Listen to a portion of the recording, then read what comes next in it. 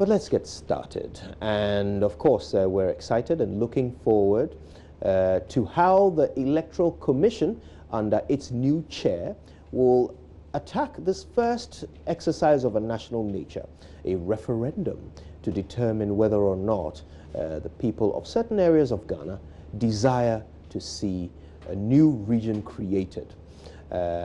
Several of these regions are still fraught with some controversy over whether or not the people who live there agree and prefer new regions to be created. Today we'll speak to people on both sides of this argument to try and understand what exactly it is that they seek, whether or not they would like to be broken away from the existing regions or whether they would prefer to stay put. Today we will get all of those views expressed right here.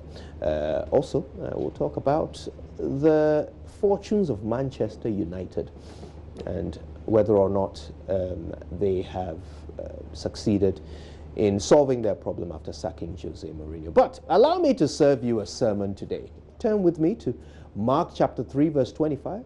Now don't worry if you can't read. Let me do it for you, okay? A house divided against itself cannot stand. Now this is in the Holy Bible, but in some situations, especially in governance, that's actually what will spur development, according to those who are pushing for these changes. Government believes dividing some of the existing 10 regions will speed up development, so 6 new regions are to be created. We've got details of that for you shortly, but first listen to the Minister for Regional Reorganization, Dan Adjei. The budget, the 2019 budget and economic policy has allocated 20 million Ghana cedis as seed capital per the new regions for the provision of critical infrastructure to enable the new regions to take off smoothly. 20 million Ghana cedis. That's just a seed capital for them. So if they succeed, they have that one to start setting up and taking of their regions. So they have that. I'm sure those who are campaigning will bear that in mind, that if they succeed, yes, they have 20 million seats to start working. Now in the Volta region, there's been some sharp disagreement over whether Oti should be carved out, with some accusing the government of deliberately dividing them for political gain. Now let's hear the two arguments on this show today, plus an expert analysis with Dr. Kwesi Jonah, who's joining us in the studio for this all-important conversation. But before we get to all of that, let's listen to the President, Akufo-Addo, who responded to critics on this matter. I don't have any plan. I went to the area and people made this demand, and I made the comment that if we got power, we will put the constitutional process in being to see whether or not it can happen. I don't think I'm the only one. My opponents made the same commitment. And it's one of the few things where there was unanimity in Ghana for a change, consensus on both sides that this will be done. The arrangements within the Constitution tell you that it is strict. It cannot be the machination of a few people. If the people do not want it, it doesn't happen. But if they want it, it should happen. This Ghana that we have, we were not always 10 regions. 100 years ago in the colonial period, we were 3. Gold Coast Colony, Ashanti Protectorate, and the Northern Territories. That's 100 years ago in Ghana. Subsequently, after the First World War, when the British took over some of the territories of the Germans in Togo, we then also got Volta Togoland, and we became 4, all the way until the mid-50s, when Eastern Region and Western Region were created out of the Gold Coast Colony, so that we then moved to 6. Subsequently, Central Region was created. And then subsequently, Upper Region was created, then was also divided into 2, Upper West, Upper East. All the time, we've had this reorganization of regions. There's nothing new about it in our history. And many of the reasons for it are the reasons you gave for wanting the division of K2 South. Efficiency, reducing costs, people don't have to travel all the way to go from one place to the capital. They can get a capital nearer them, efficiency of government. Those are the reasons that have led to all of these various reorganization of our country in terms of regions. So it is not, there's no tribal, there's no plan, no political plan to do this. If there was, Mr. Mahama and myself, we don't agree about many things. Why do we agree about this one? It's because of the recognition that the reorganization of these regions will make government more efficient. And when it comes to that, the referendums that are done, they're always about those who are seeking the autonomy or the independence.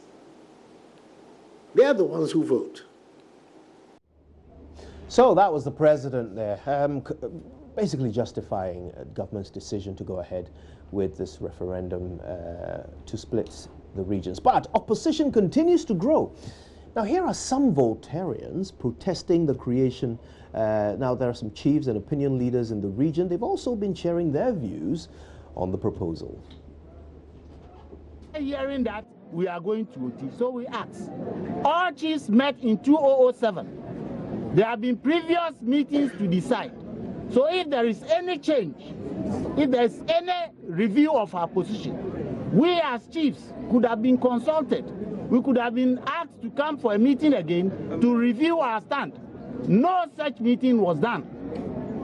And we are hearing that one Nana Afrifa Akuamwa IV, who is claiming to be the paramount chief, is continuing to hold meetings, to hold press releases to say that Akpafu is going to OT. We stand here to reaffirm that no meetings of that nature have been done. Akpafu traditional area did not petition any government for the creation of any new region out of the existing Volta region. Akpafu traditional area was not a subset to the 10 paramount chiefs who petitioned the PNDC government and the flight of Adjei Rawlings on 3rd February 1992 for the creation of the proposed OT region. We registered a strong cautionary petition on 28th April 1992 when the map of Akpafu was wrongly attached to the said petition for the proposed region. The people of Akpafu, for that matter, Mau, including Lolobi, do not oppose the creation of a new region, but that we remain an integral part of our municipality, of which we were founding members as then our district council in 1978, with Lolobi Sandro Kofi and B under NRC regime. In 1989, our district council graduated into our district assembly with the advent of Lipe traditional area. Emphatically, Akpafu traditional area maintained to remain part of our municipality for proximity, academic, administrative, political, and economic advantages, among others. The Volta region consists of 25 administrative districts, hence should be proportionally partitioned into 12 and 13 districts respectively, as well as maintain historical background of Volta, that is Volta South, Volta South, and Volta North for posterity. Those who are thinking for government, it is their prerogative. This is a democratic country. Everybody can have his opinion. You think that that is the way it should be done. Somebody also thinks that that is not the best way to do it. He thinks that he can do it this way. After all, the initiative is not from government. The initiative is from us. 60 years, if the money they were giving for development had been used equitably, we wouldn't be demanding this. We wouldn't be demanding this. So why do we stay with the status quo? So that they bring everything to you, you look into our faces and give us what you like. That era is gone. That era is gone. We are now wide awake and we will not tolerate such issues. So this is our point. As for us, we think that is the best way of addressing the inequality. For 60 years, we couldn't address that inequality with the unitary government that we have right now. We haven't been able. But anyway, all those people saying that, what would they really lose? Let them tell Ghanaians what they will really lose if Oti region is split into two. We've been asking this question, and up to now they haven't been able to ask. People in the south, from Peki, Keta, Angoga, and all these are also saying something about this. We have never been part of them. Until 1950, when we became mixed administratively, we had nothing to do with Anglos. We had nothing to do with Anglos. And even the areas that we had something to do with Ho, Pandu, and Este, we didn't have anything to do with them administratively until 1950. They were administered, yes, by British, but they were administered separately from us. So I don't know what they are talking about. As for development, I'm sure if you put 3 professors here, they will all tell you different methods by which they can develop. I mean, let's look at the Constitution very carefully. Okay. That is why I made a statement that anybody who is making that argument is, that argument, quite frankly, it's legal nonsense. I'm a lawyer. I've been Attorney General. And I participated in the framing of the Constitution. So I know what the requirements of the Constitution are. And I would like to refer you to the relevant clause as Article 5. It says that, subject to the provisions of this article, the President may by constitutional instrument, A, create a new region, B, alter the boundaries of a region, or C, provide for the merger of 2 or more regions. If,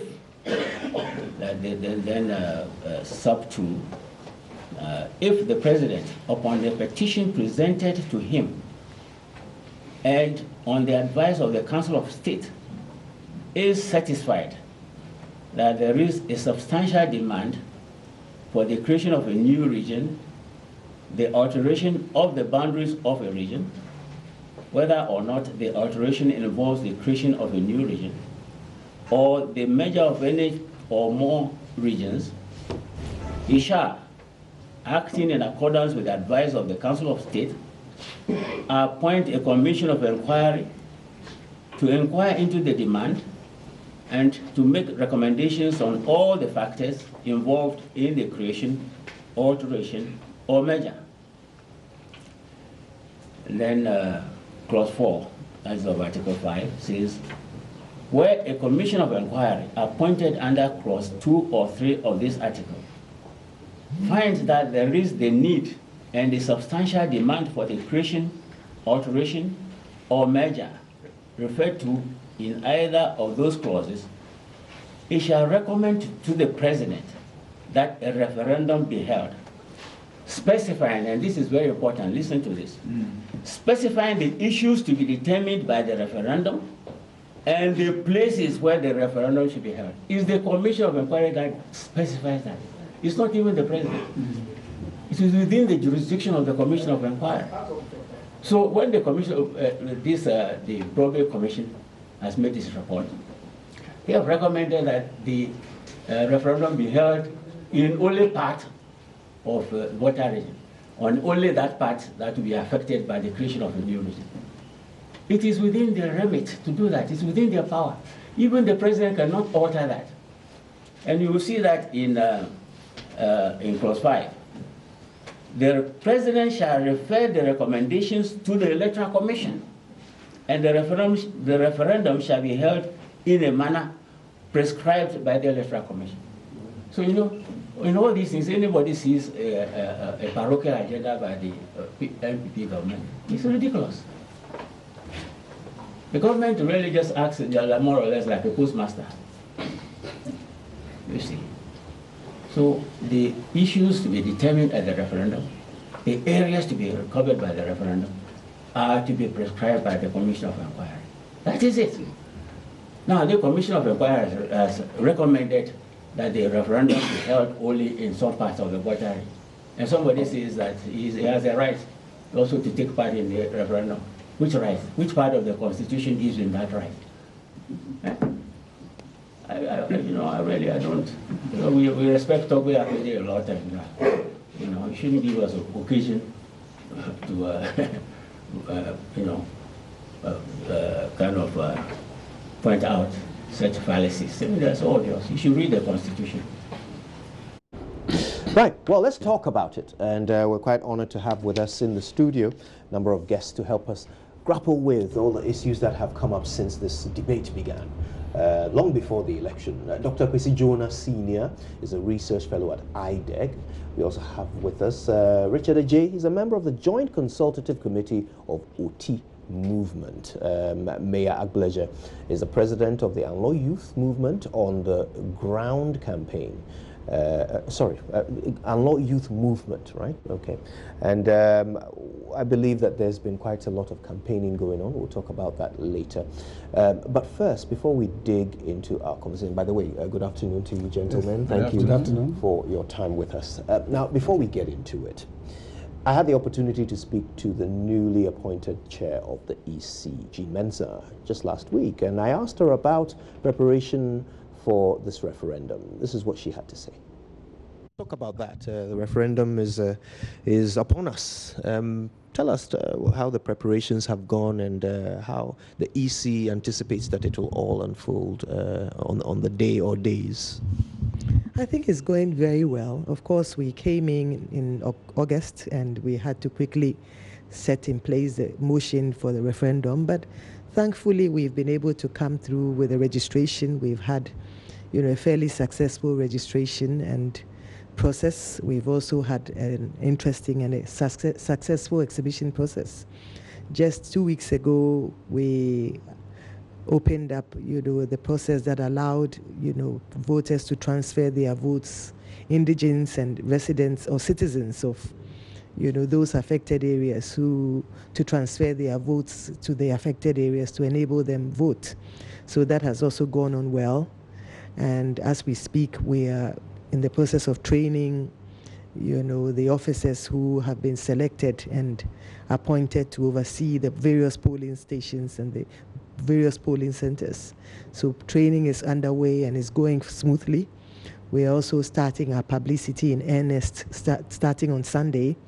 We have our vehicles, which will be patrolling the streets with various jingles, educating people and calling out to citizens to come and vote, and educating them on the modalities for the referendum, looking at the colors for the referendum and so on. And of course, we'll have jingles on radio in the carved out areas as well. The last time there was a referendum in Ghana, I was a child. This was during military rule, and I remember there were songs composed and played on TV and so forth. Is the EC planning a similar sort of media campaign to educate people? Yes, it's a media campaign, of course, not as elaborate with songs and catchy tunes and so on, but really encouraging citizens in those areas to go make their choice, whether they are for it or not. We're encouraging, voters to turn out in their numbers, to vote and to exercise their rights and their franchise. Will you be targeting the media activity around just the affected areas, or is there some sort of nationwide campaign? Well, it's mainly in the affected areas, but of course we've selected a few media houses that have nationwide coverage. But the focus will be the affected areas. A lot of radio stations have been identified, and starting on Sunday, as I mentioned, the jingles will start to play. But we're also working with some TV and radio stations which have a wide coverage and a nationwide coverage as well. So even whether or not you're in the affected areas, you are aware and informed about what is going on. Tell us a bit about the process itself on the day. We've seen some documents come out and some samples of the ballot and some colors and so forth. can talk us briefly through how it's supposed to pan out on the day. Well, it starts from, the voting starts from 7 and ends at 5 normally. And of course, we have the ballot with the colors. I think the selected colors are yellow for yes and a dark brown for no. And so citizens would have to thumbprint whether they are in favor of it. And if they are in favor, of course, they will thumbprint yellow. If they are not in favor, they will thumbprint brown, the dark brown. And then, of course, they will place their ballot in the boxes. And at the end of the day, those will be counted. And then the returning officers in the affected areas, in the carved out areas, would announce the results. We have a historic problem with spoiled ballots. I know that in describing this ballot, it sounds very simple, and there wouldn't be an expectation of things going wrong, but we do have that history. What's the EC's strategy for perhaps minimizing that? Well, voter education, and voter education. I think that's ongoing currently.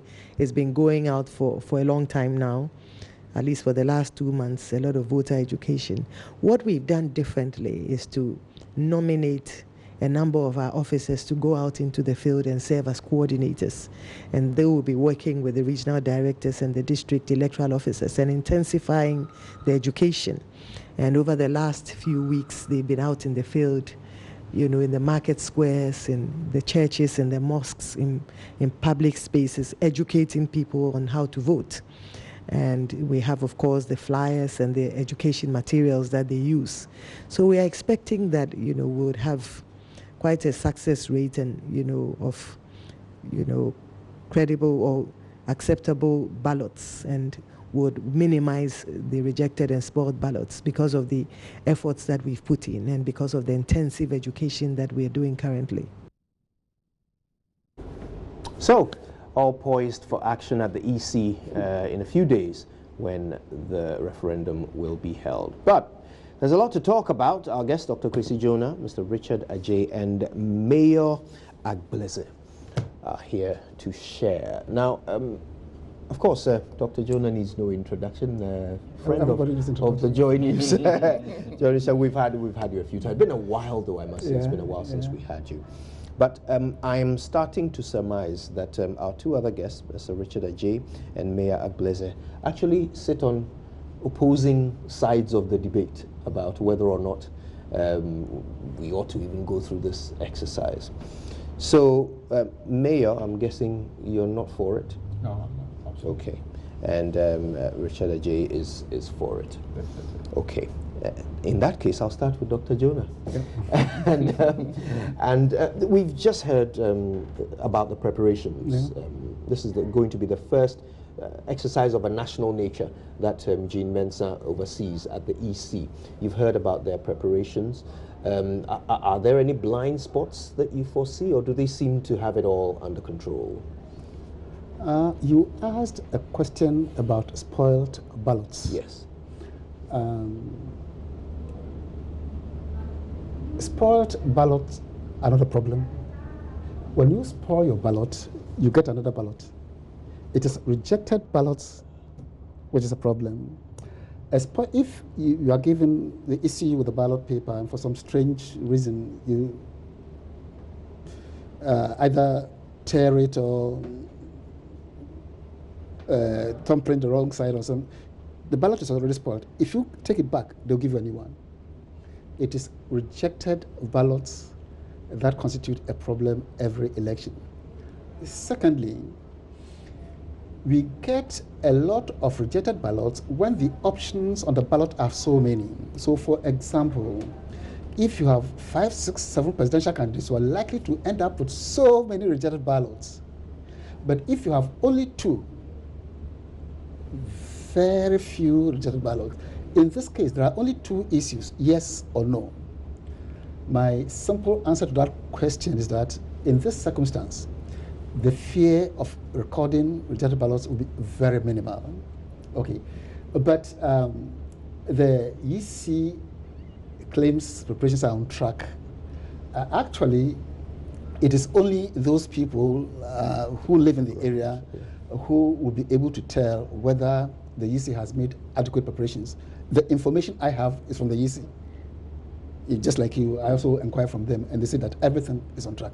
And I sincerely do believe that everything is on track. Now, of course, the debate, which I'm sure we're about to hear some elements of in just a moment when we engage our two guests, the debate has gone on, I mean, for quite a while, and there are just some who feel, look, this is not the way forward.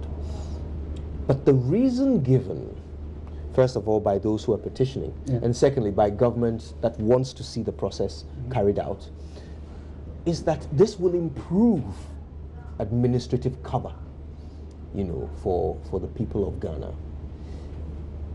In practical terms, is that even a realistic outcome to expect if we have difficulty allocating enough resources so that people in a particular geographical area will all be covered?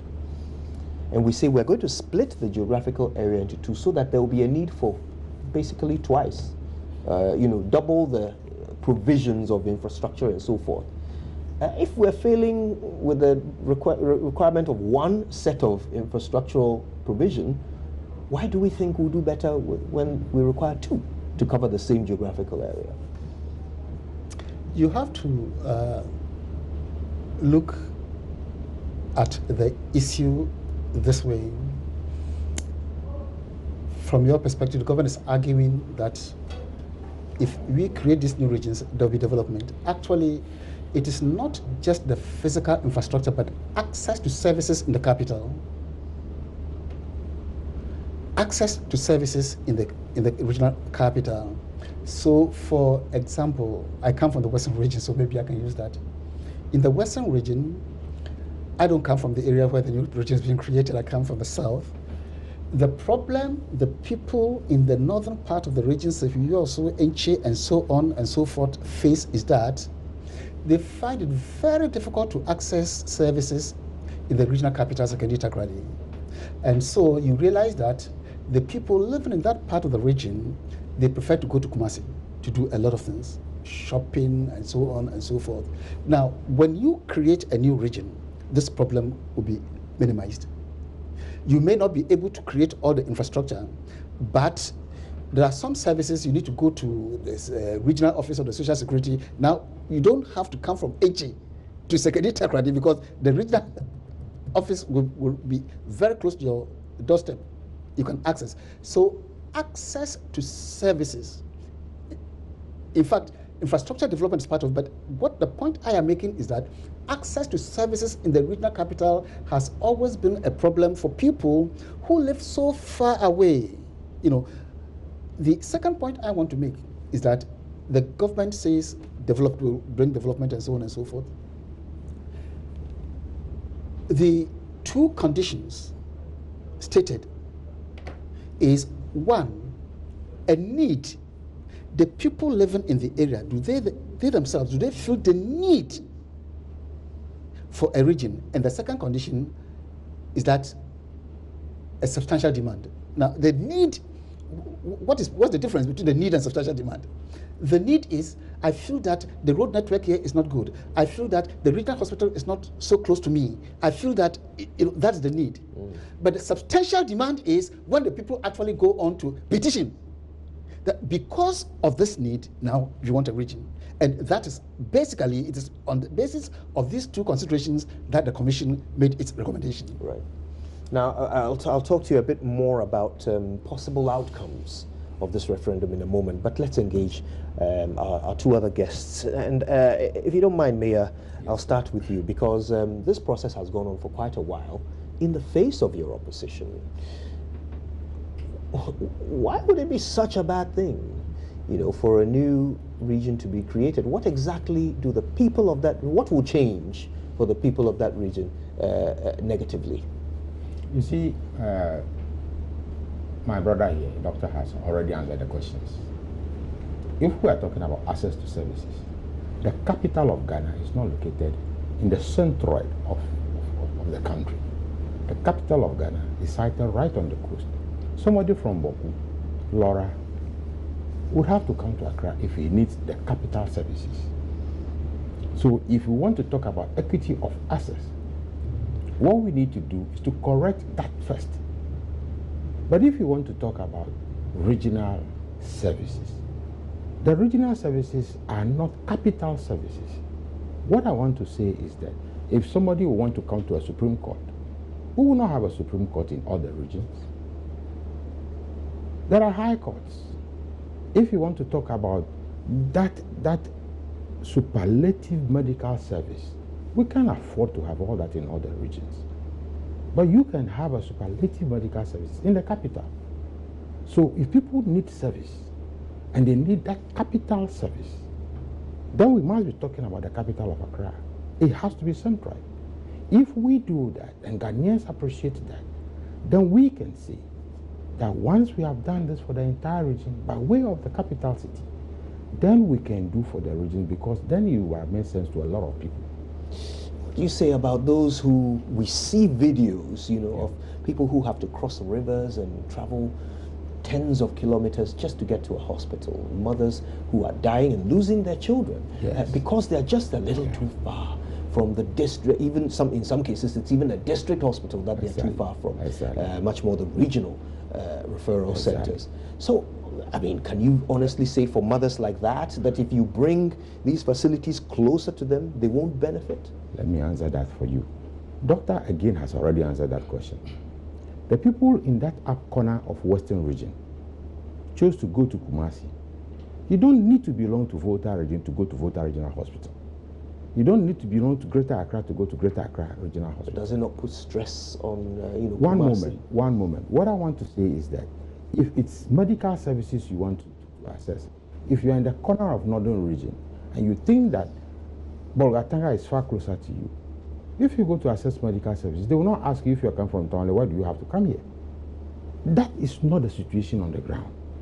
It is not. So if people want to argue that the regional division is because they want to access services, that is not true. It's absolutely not true. If we think that services geospatially must be distributed in such a way that there's equity of access, as we are saying, that can be done. That can be done. Accra alone has 3 teaching hospitals. Why is it so? Because it's the capital city. So, particularly with the Oti region, it seems to be the one that has garnered the most controversy. Yes. And we've heard some of those protesting. Also the northeast. Indeed. Small extent. Yes, yes, there was some agitation around that one as well, I recall. But Oti has just continued on and on. And I mean, it occurs to me, some of you, the people who have been protesting against it, like yourself, but others have suggested that there is some political motive. It is. Do you believe in that as well? Yes, I do. I have traveled most recently, as this weekend, past weekend, to that area.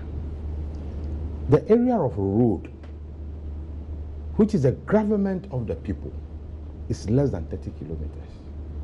From Huawei, even not Huawei Township, you'll be surprised to see that Huawei Township has asphalt.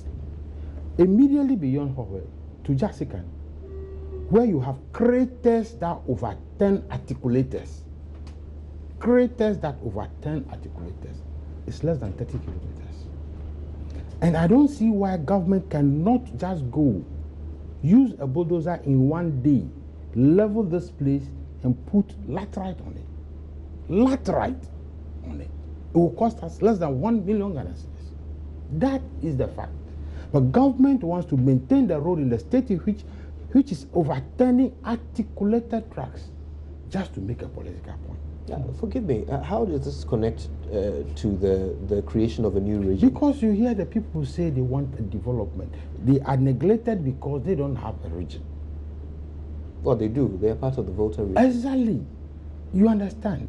So I don't see why, if that is the issue, it cannot be addressed. We have had a government in place for 2 years. So you are reducing the need for an OT region, or those who are calling for an OT region, you are reducing their purpose to the fixing of one road. Not the fixing of one road. That's an example. He's giving an example. The president had driven through that road. Press had followed him with camera. The president came back to sit in Accra. And that was all. Because they needed that publicity for politics. How? You don't need 40 tips of laterite to level off that road. I'm Sure, my brother knows the road I'm talking about. Less than 30 kilometers. That is all. It is not a new road that is going to be cut through a mountain. No. If you come from Ho to Howe and you go through Vane, it's a beautiful mountainous road.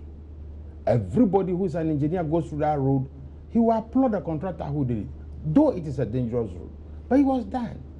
So we don't have the resources to do all at one time. 30 kilometers.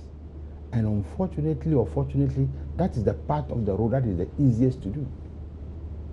Vande, which has very dangerous curves, was beautifully done. 30 kilometers of road washed by a swamp. Maybe some major rainfall had just gone through, and then the base of the road had weakened, so heavy loads had made sure certain craters have developed. That is all. So to simplify, what is the political advantage that you think is being sought by the creation of Oti region? What is the political advantage? Let me give it to you graphically. You are a husband at home. You have two wives. One wife had left the house. The other wife was left in the care of his own children, her own children, and the children of the other wives. And so the children of the other wife is hungry. And then the children of the other wife have resources to give the stepchildren, but wants them to do some particular thing. You know how the game is played. I have come from a polygamous house. So this thing plays to be carefully and in clear graphic terms. The politics of it is clear. We can do this for you, we will not do it for you, but because we want to divide your region. That's how we feel. But why do they want to divide the region? Yes, what's the benefits that they will get? Volta region is very unique. People, as I've heard the chief said, he said he doesn't see what do we lose from the south or anywhere else if the region is divided. Volta region is a microcosm of West Africa. Very beautiful region, from shore to Sahel. We have ecosystems in the littorals, we have ecosystems on the shore, we have ecosystems in the forest, we have ecosystems in the Guinea savannah. If you give a child, if you give birth to a child in the Volta region and he has talents in any of these ecosystems, he is able to go freely. Volta region is a very diversified area. Forgive me for pushing, but yes, if you could explain to me the specific advantage that you believe this government will get if they split the Volta region into government might not get. Who will? But we stand to lose what we have uniquely. We are a united people in diversity. But government will not get any benefit. I don't know what they want to get because they have not disclosed it to me. But I am saying that I stand to lose. Here I am. My brother probably speaks languages I don't understand. Volta region speaks 57 languages. 57 languages. You mean dialects or dialects? Languages? Okay. You know, and Volta region seems to be the most peaceful region in Ghana. You don't, if you ask the police officers and the crime statistics they have, they tell you, you leave your goat in the bush, it's there till tomorrow morning. So what you're saying is that the people stand to lose, but you can't really identify what the government stands to gain. The political advantage that you claim that government is seeking by dividing the region. I don't see political advantage on their behalf, but their adamancy. So what's their motivation? What's their motivation? Their motivation is what I can, because I'm not a politician. I hate to be one. They do things now that nobody else understands. That's interesting. I think it's a great time to bring you in, Mr. Adjei. Now, you have been pushing for the creation of the Oti region. You and your group, the Joint Consultative Committee of Oti Movement. Okay, so we know there's a petition, so the fact that some people want this to happen is clear. My question is this. What are the advantages and when do you expect these advantages will kick in? Let's say there's a yes vote and Oti region is created. Immediately, for those of you who want it, what do you gain? Yeah, thank you. Let me clarify one point before I come to the question. We talked about over 50 languages across the Volta region. They are not dialects, they are languages. Because, yes, they are languages because they are mutually inexclusive. I may understand his language because I have lived there or have learnt it, but if I speak mine, he may not understand. They are complete languages, yes. Yeah. Wow. Even in 5 kilometer distances, you can have complete different languages. That's amazing. Yes, that's amazing. Yes, especially after Hohwe. After Hohwe, between Hohwe and Jessica, it's about 30 kilometers.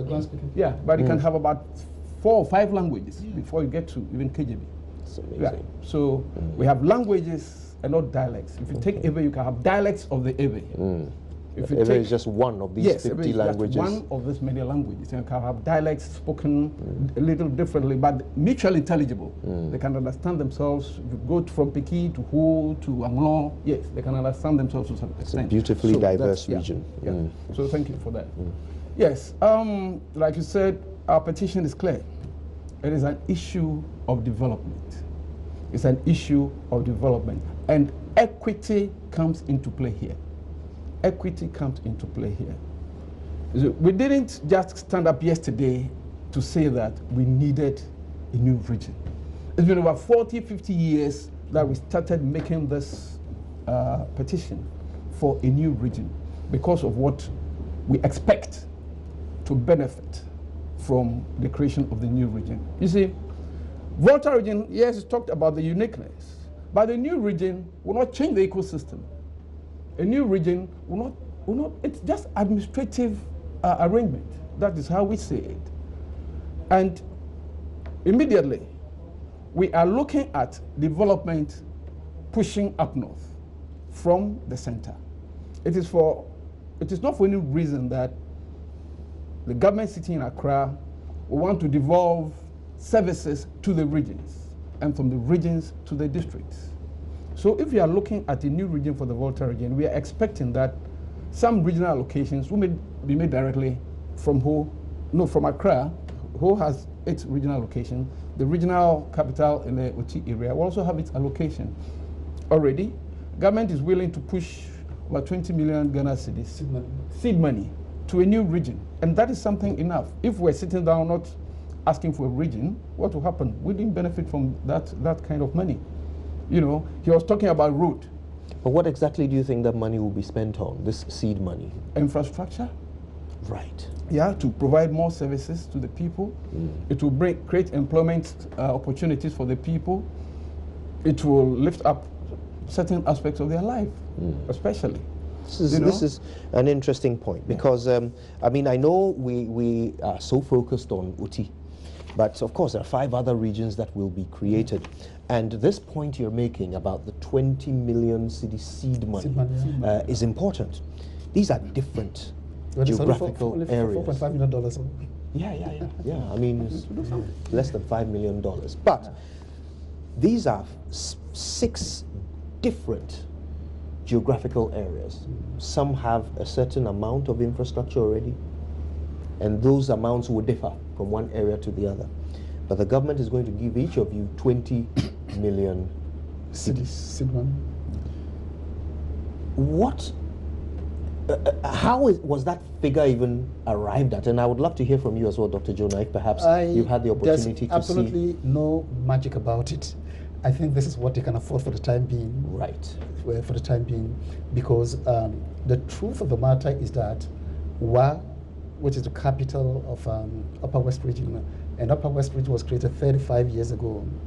Even after 35 years, they still face the kind of challenges that regions that existed before it, you know. So the point I'm making is that this seed money is, to use Ghanaian English, nothing to write home about, but development takes a long time. When a new region is created. I'm glad you've made that point, because I think we can now come back to Mr. Adjei. And Mr. Adjei, in order for Uti to be a region, you'll have to have a regional coordinating council. They'll need infrastructure head office. You'll need a regional hospital, regional fire department, regional charge office, police command. Every service in the regional hospital, if I've not mentioned it already, every service that exists in the current regional capital will have to be replicated in your region. The seed money is 20 million cedis. How long do you think it will take before the people of Uti start to actually access the services that you are clamoring for? If government can only afford to throw you a 20 million cedi boom, if the vote turns out to be yes. Yeah, thank you. Like Doc immediately said, development is a process. It's not an end in itself, but it's a process that will continue and continue. When WA was created, when the Upper West was created, WA wasn't like it is today. At least it has moved on from where it was. And that is what we envisage. We are not saying that Oti will arrive today. The dream of the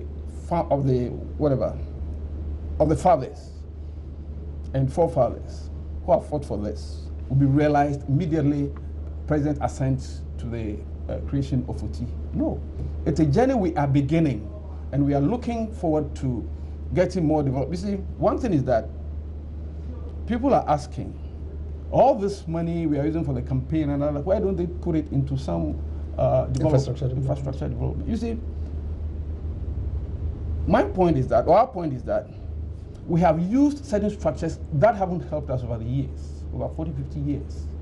The structures of the region in which we live have not helped us. It's like putting new wine into old skin. Either it will burst, spill over, and all that. So when we are creating new regions, we are expecting that we are creating new holdings for the new wine. And we expect that that should galvanize the people, that should propel development in our area. In fact, that's what we're looking at. What do you say to those critics who suggest that all the benefit you are calling for is actually more on a personal level in terms of those who will be appointed immediately, because those will be the immediate changes. Government will appoint a regional minister. Yeah, but that's only one position. Oh, yes, but I'm sort of making a list. Government will appoint a regional minister, and looking at the record of this government, there are likely to be at least one deputy. And then, of course, you have the appointment of regional heads of all these institutions that will have to be created there. Who may not come from there. They may or they may not. No, but in the Western region, I have no regional officers who are from the north, from the Volta region. I'm with you. However, there will be the creation of work. Yes. Okay. So the question I'm asking you is that, what do you say to those who suggest that, look, it is only those who will benefit from the immediate creation of positions that they will occupy? They are the ones who are fighting hardest for these changes, and that it's going to take generations for the average person in Oti region, if it does get created, for the average person there to actually start to feel the benefits. I believe this belies the argument. You see, the point is that, fine, there may be people who will stand to benefit directly, but I think as a collective whole of the Oti area, we are minded by what will benefit collectively out of the creation of Oti region. There could be individual interests, yes, but that will not be the overriding, drive for what we want to achieve. Now, in terms of, sorry, go ahead. You preceded a question with one issue about the fact that those who are from outside the Oti area, they are shouting the hardest that don't create the region. But in the clip we saw, Krachura asked, let them give us one overriding reason why they think that the creation of Oti will affect them one way or the other. But that reason has not come. Well, luckily, Mayor has pointed out a few of the reservations of those who have been protesting. Which are neither here nor there. The ecosystem we have lived together. What tells them that when Oti is created, I'm going to need a visa or a passport to come to Ho or to go to Anglo? It's not going to happen. We will go through and fro. Some of our people live down south. Some of their people live up north. And it won't break family relationships. So we should stop being, for want of a better word, fussy about the fact that certain structures will be, the only thing I would think, there will be a new regional House of Chiefs, there will be new regional this thing, but the relationships still continue. This is how we see it. I have friends there, I have relations there, and this will continue. You see, they are not going to put a cutlass or a hammer or whatever between us or between the land and say that this one is here, you can't cross over, and there's certain conditions to be like, I don't see that. We don't see that. We are looking at, what benefits that the creation will bring to the people, and we have enumerated it all over. But it is people from the south, people who don't even live in the area, You know, and it's beyond understanding why those who don't live in the area, they are so vociferous about, I mean, the region of being created. Let's not forget, during the 2016 political campaigns, John Mahama went there. Yeah. He promised. Akufo-Addo went there. He promised. Nobody, absolutely nobody raised the finger and questioned, why do people make these promises? But today, you know, that is where he was running away from the political angle. You know, he said that you saw anything political about something political about, but when you put it to him, he said, well, he didn't know anything. You know, there was no disclosed political agenda. You know, but he mentioned that it was political.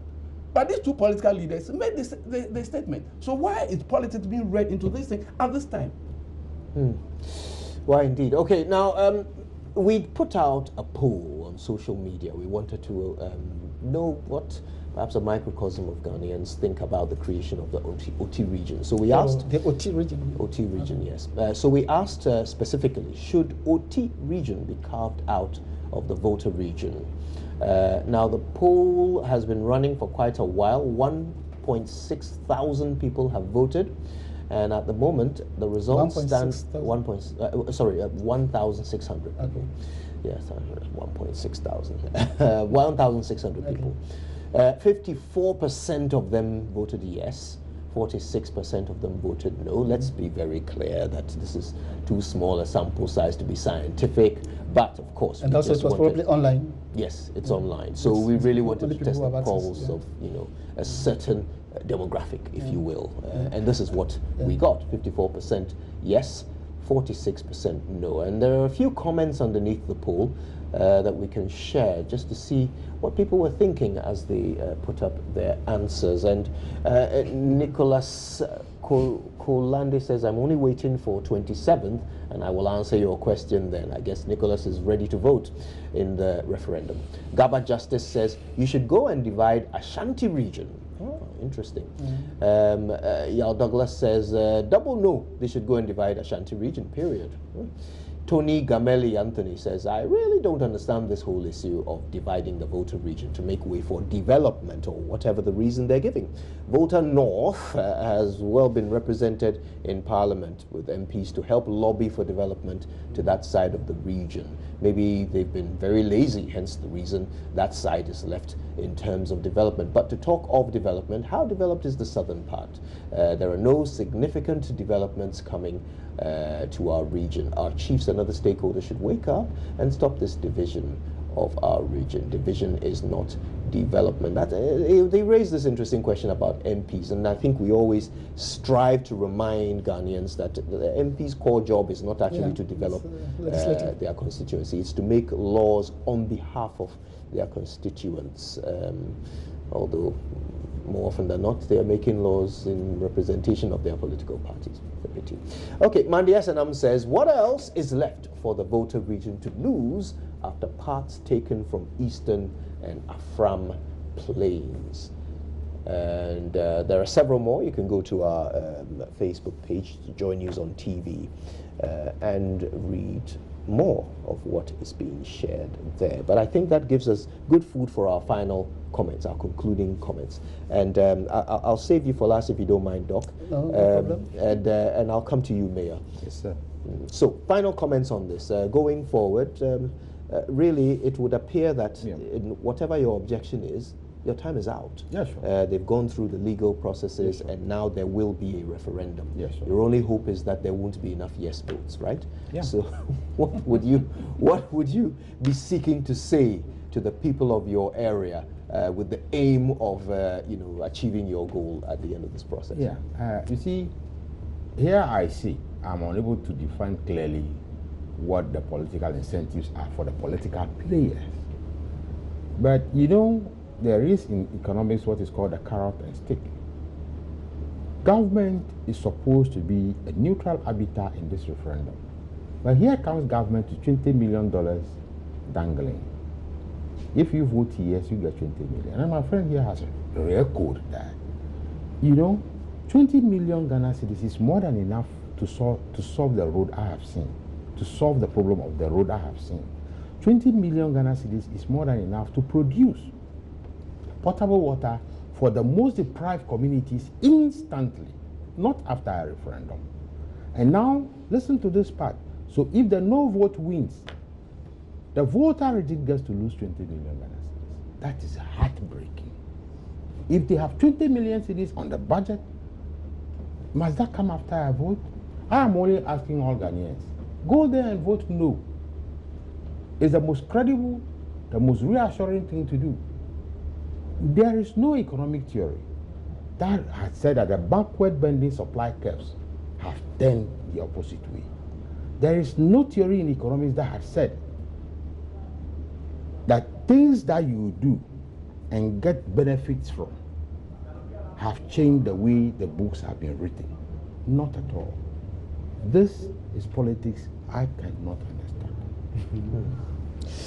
Right, well, because we don't have a lot of time, I wish I could delve deeper into your submission, but I'll have to come straight to Mr. Richard Adjei. Yeah, thank you. I have read from the screen some comments, and in fact, it has been one running issue that people from the southern part of the Volta region have been asking: why not go divide Asante? And I find it very disingenuous, because Asante has not petitioned. They don't see the need to petition for a new region. So putting that thing out there as if somebody had come to divide the Volta region, it's neither here nor there. So they should leave Asante alone and leave OT proponents alone. Now, there is this thing happening that we think that it's not good enough for the people of the Volta region. They are running campaigns right from the south into the OT region. Let the people in the OT region decide for themselves. Let them decide that we'll vote no or we'll vote yes. But the infiltration and double standards. In fact, there is one other group, a Western Togoland group, also coming in there to say vote no so that we can create a different country to be called Western Togoland. All from the southern part of the country. Why does any of this bother you anyway? It bothers me because the people of the OT region will be the only ones who can vote, right? Already, yes, but already, Togbe Afede and others have sounded very harsh words, bordering on some conflict or war even. And we think that it is no good. Language has been so bad, so intemperate. And we think that let us continue to live brother and sister like. That kind of intemperate, insulting language, we beg to differ, that it is not good enough. They should stop it. I can only wish that our people go out there and vote a resounding yes. And I bet you, if we don't get 95 to 98%, then we have not arrived. I'm telling you. And I wish to welcome everybody into the Xmas and into the new year, into a new OT region. I wish you Merry Christmas and Happy New Year. And same to you, Doc. Yes, hopefully the arbitrary voice. Well, I want to reiterate that two main factors were considered. The need, that means the area where the region is being created. Is there a need for more development, infrastructure development, and so on? And two, substantial demand. Do the people really want a region? Have they petitioned? These are the two main considerations on the basis of which the committee recommended the creation of these 6 regions. The second, the committee found the new regions that are about to be created to have certain characteristics. They are elongated, like this, where they are right now. Western region, very long in the western part of the country, so it is difficult for those at the top to reach the south. The same applies to Volta, and the same applies to the northeast region, So they have certain characteristics which makes it difficult for people living in some part of the region to access services. That is the other thing that the committee looked at. The 20 million cedis that the government has promised is not a bribe. It's saying that if the regions are created, this will be the starting point. I don't think it is enough. 20 is about $4.5 million. Maybe you cannot build one regional hospital, but it is not. It is for every single region that is about to be created has been promised. It's not meant for the people of OT region alone. Then the other thing that we have to be careful about, as far as the southern part of the Volta is concerned, is that politically, it will be very difficult for any Ghanaian to accept that one part of the region should be given veto power over whether the other part should get a region or not. That one is very difficult to sustain. You know, the Western region, people are not very happy for a different kind of reason, but to say that the southern part of the Western region will do everything to stop you from, that's like, you want to be given power over the decision whether or not those of us living here should get a region, and that is very, very dangerous. The final point I want to make is that what is happening is a blessing in disguise for the NDC, because they had also promised, both parties promised the creation of these regions. And in these specific ones? They didn't mention specific regions. But I know for a fact. Is there a possibility? I know for a fact that in the case of the T region, the petitions have been running since early 1980s. And Jerry Rawlings, the head of state at that time, said, oh, he went there, and the people once again petitioned. And he said he had heard their petitions and he understood their problem. But he felt that infrastructure development will eliminate the need for a region. Unfortunately, this is what we have always said, but that infrastructure development, whether in the northern part of the Western region, whether in the northern part of the region, has never come in. So this is why we are where we are today. And you know, at our final moment, because of this issue of development being the driving force here, if we're saying that we had 10 regions and some areas were just so remote that we couldn't develop them, if we failed with 10, why are we trying to convince Ghanaians that... I've heard that argument so many times. It is true that if the money is not there, money is not there. Yeah. But this is what I think. Once you create the region, you have to make provision. So what we're doing is we're putting a bigger burden on a national purse that is already overburdened. When we go arguing for family planning, that you must have kids you can cater for, why would we at the national level be bringing forth children that we cannot cater for? I think this analogy is not correct. When we have adults, when we have adults who are already deprived. I will be observing. We are talking about. I'll be observing the referendum. A national cake. Yes, I'll be in the referendum. And some people are getting more of the bite of the cake. So let's share equitably. Equity, yes. So let's share equitably. Yes. I agree. Yes. So let's share. But if there's a lopsided development. So let's share equitably. Yes. But it's still the same cake. It's the same cake. So why? So let's share equitably. Yeah. So why we say, give me my region, let me take my cake. Aren't we human enough to be able to find a formula to share the cake? It is. You can see that it's a very emotional issue. Yes. It is a very emotional issue, and you asked a political question.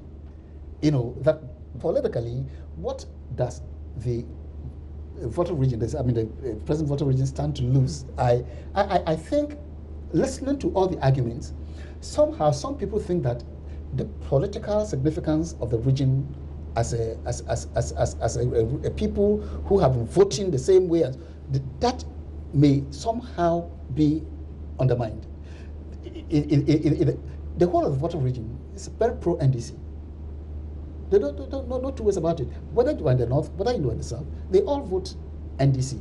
And people think that by breaking it up, one part of the region might now feel that, we should show gratitude to the party that made it possible. That is the fear. I do not know whether it will materialize because of the district, the multiplication of the districts. One party comes, they create districts, they think that, you are going to win. But by the end of the day, they are split. By the end of the day, if they created 16 districts, half of them have voted for NDC, half of them have voted. They've tried and tried and tried. They've never really succeeded in benefiting. And who knows?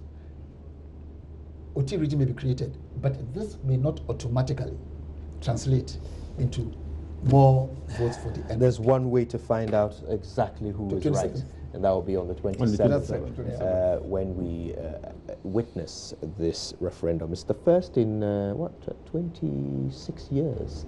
No, the last referendum was very different. That's the constitution. Yes.